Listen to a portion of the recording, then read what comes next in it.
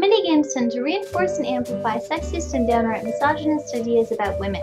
End quote. That quote was from Anita Sarkeesian, who is a pop culture critic that runs a web series called Feminist Frequency. In the video from which that particular quote was taken, she is trying to round up funds for a Kickstarter project in which she wants to produce a series of 5 different videos to look at the different stereotypical representations of female characters throughout the history of video games.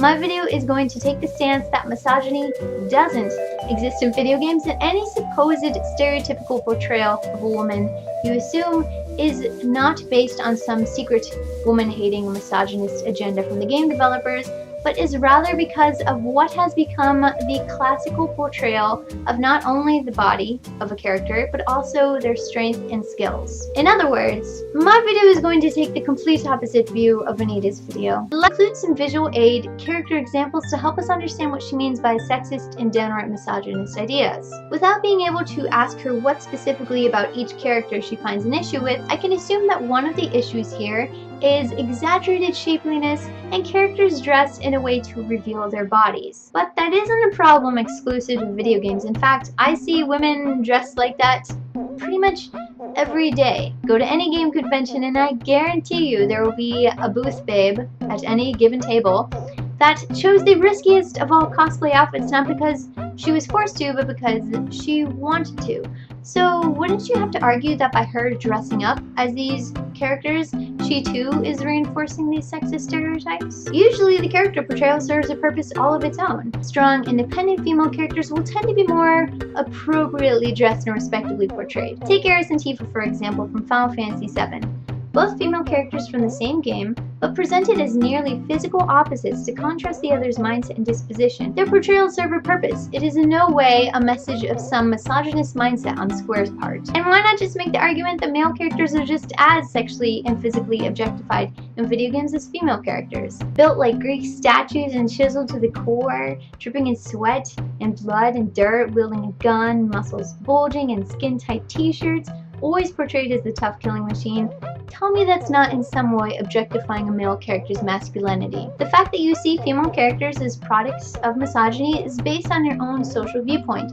If you believe that game developers are just a bunch of sexist guys that like to create skimpy characters, then of course you're going to have the issues that you do. Now, to address the damsel in distress topic, it just doesn't exist in video games the way you assume it does. Just because she's a princess does not mean she's a damsel in distress. Sure, you can bring up the point that Princess Zelda was captured by Ganondorf, but who is the one that brought the Gerudo King down to his knees at the last battle with her light beam and also happens to know amazing martial arts moves? And he brought up Princess Peach in your video, and yes, she is the frequent kidnap target of Bowser, but have you ever played with her character in Super Smash Bros?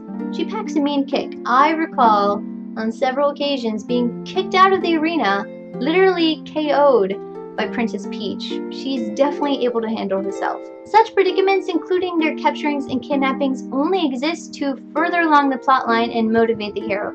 It is in no way supposed to be any social statement saying that women cannot take care of themselves. I love my video games. I have been holding controllers ever since I was 7, and in my many years of gaming, I will be the first person to tell you that there really aren't a lot of lead female characters, and yes, to echo Anita, some of them are portrayed as clearly objectified physical objects, but it has absolutely nothing to do with misogyny or chauvinistic stereotypes. You have to remember what video games are. Video games are meant to be fun and for recreation or relaxation. They are not supposed to be a social message on the real problematic views in society. And a video game character is a formula all of its own. Extremely exaggerated strength and resilience, an immortality of second lives, an invisible inventory as large as my closet, possibly bigger, and sometimes an exaggerated physique is just part of that. It's the art and style of a video game. It's not stereotyping the female identity, and it certainly isn't portraying any mistreatment against women.